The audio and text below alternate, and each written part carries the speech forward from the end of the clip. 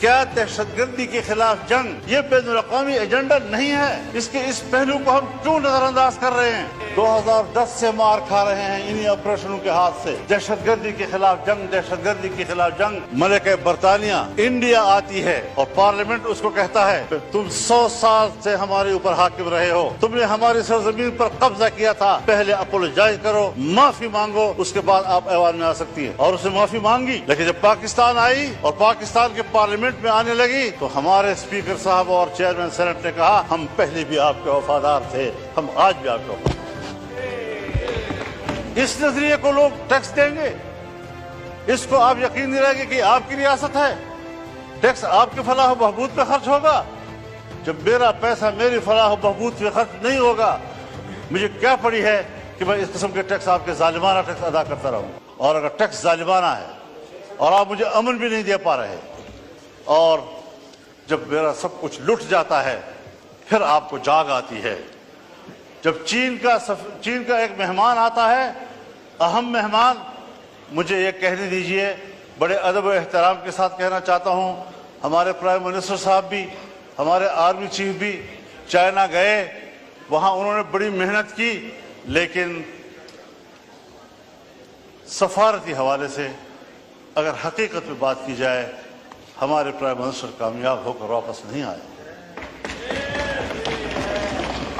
مولانا صاحب کائنڈلی اور ساتھ ساتھ مختصر کر دیجئے، آج بہت لمبا دن ہے۔ ان کا مہمان یہاں آیا، جی ہاں، ہم سب لوگ ان کی خدمت میں حاضر ہوئے، مہمانداری کی، اور ہم نے ان کو اپنی بھرپور حمایت، تائید، دوستی سب حوالے دیے، انہوں نے بھی سب وہی حوالے دیے، لیکن ایک جملے میں اس نے ہمیں جواب دے دیا کہ پاکستان میں اب بھی سیاسی استحکام نہیں ہے، پاکستان کی سیکورٹی اب بھی ٹھیک نہیں۔ آپ بتائیں کہ کس بنیاد پر وہ انویسٹمنٹ کریں گے یہاں پاکستان میں؟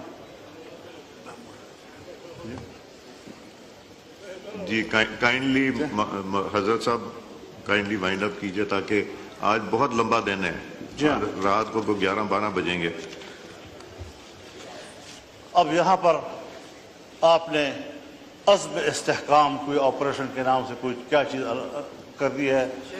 میں نے کہا ہمیں تو 2010 سے مار کھا رہے ہیں انہی آپریشنوں کے ہاتھ سے۔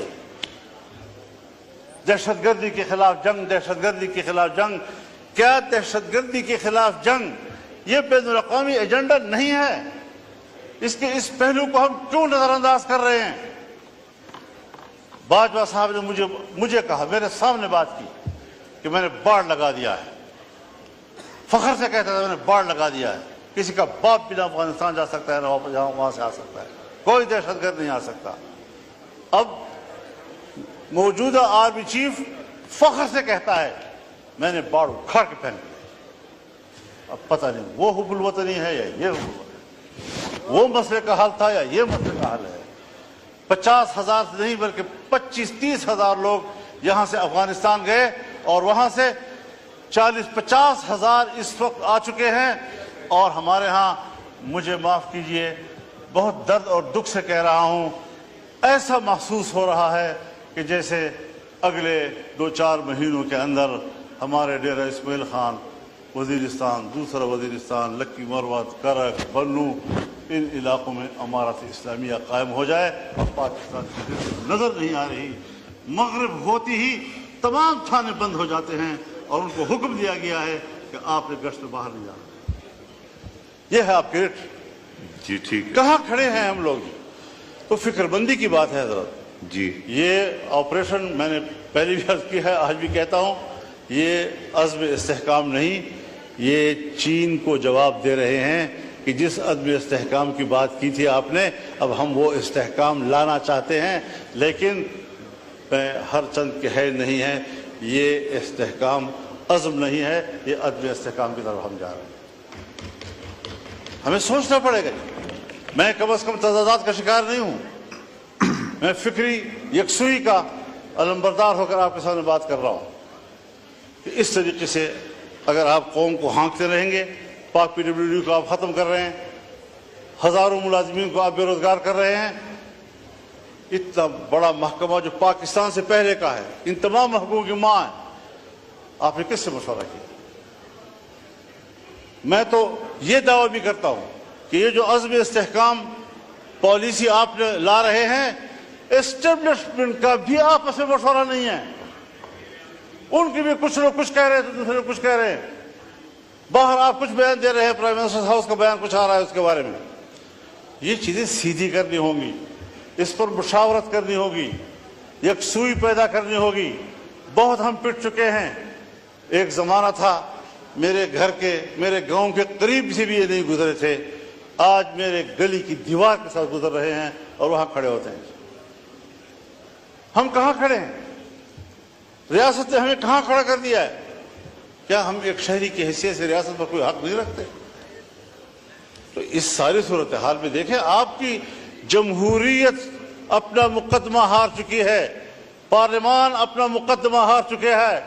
جب آپ الیکشن میں دھاندلیاں کریں گے، اسٹیبلشمنٹ دھاندلیاں کریں گی، جعلی پارلیمنٹ وجود میں آئے گی، تو پھر یہی اثر ہوگا کہ عوام آپ پہ اعتماد نہیں کرے گی. جی شکریہ مولانا صاحب، مہربانی مائک کھولے. کو بنائیں، جی مشاورت کے عمل کو وسیع کریں. ٹھیک. آپ پر ذمہ داری ہے، آپ کو نہیں لینی چاہیے تھی ذمہ داری. میں نے مشورہ آپ کو دیا تھا کہ یہ پنگا مت لو، لیکن آپ نے پوچھا پنگا کسے کہتے ہیں، تو میں نے کہا وہ پھر لے کر ہی پتہ چلتا ہے اس کو.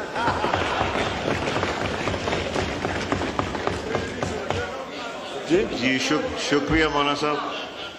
وہ کسی نے کہا نا دوسرے حضرت سے صاحب، کہ پنگا کسے کہتے ہیں، انہوں نے کہا لے کر پتہ حضرت چلتا ہے. صاحب. جی حضرت تو صاحب میں بہت مہربانی. یہ کچھ گزارشات تھی، جی شکریہ. کچھ رہ بھی گئی، لیکن یہ ہے کہ ذرا ان لوگوں پر رحم کیجئے. تفتان کی صورتحال بھی یہی بنتی جا رہی ہے، وہاں پر بھی انتہائی جو ملک کے مفاد میں سب کچھ ہو رہا ہے اس کو راستے میں روکے جا رہے ہیں. بہت میں مہربانی. آپ کا بہت شکر گزار ہوں، اور میں نے اگر دخل در معقولات کیا ہے اور آپ کے نظم و نسق کو متاثر کیا ہے، اس پر آپ سے معذرت خواہ بھی ہوں. لیکن بہرحال درد دل تھا جو آپ کے سامنے رکھا ہے اور پوری قوم کے سامنے رکھا ہے، اور انشاءاللہ یہ درد دل کا سلسلہ چلتا رہے گا انشاءاللہ. شکریہ.